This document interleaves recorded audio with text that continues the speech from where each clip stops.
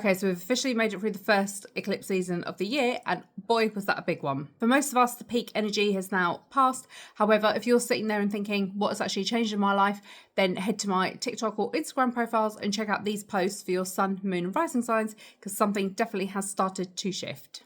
The biggest thing to remember is this was just the start of the Leo and Aquarius eclipses, and therefore this new life chapter is only just beginning. So even if nothing feels life-changing just yet, I've had so many conversations recently with people where they've suddenly decided to start something new, or they're getting really serious about changing their life, or they've started taking steps towards goals that they've wanted for a really long time. I literally feel like the ultimate hype girl at the moment, and maybe some of that is related to things that are going on in my own life, which I can't wait to tell you about at some point. But for others, this is like the start of something new, something like exciting and something really big. So what now? Like April is literally the start of the only 2 or 3 month kind of window in this year where the energy is kind of like settled. And I use that term loosely because actually April is all about action. There are no planets in retrograde, and we've got 5 planets literally all in the sign of Aries, which is the initiator or the fire starter of the zodiac.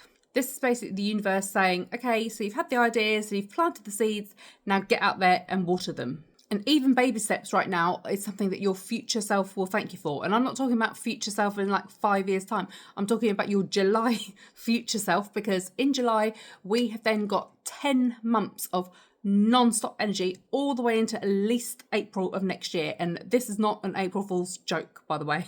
In every video I've shared this year, I've said that 2026 is not the time for sitting still. So whether we go about doing this proactively or whether the universe has to drag us kicking and screaming, either way, the outcome is still going to be the same.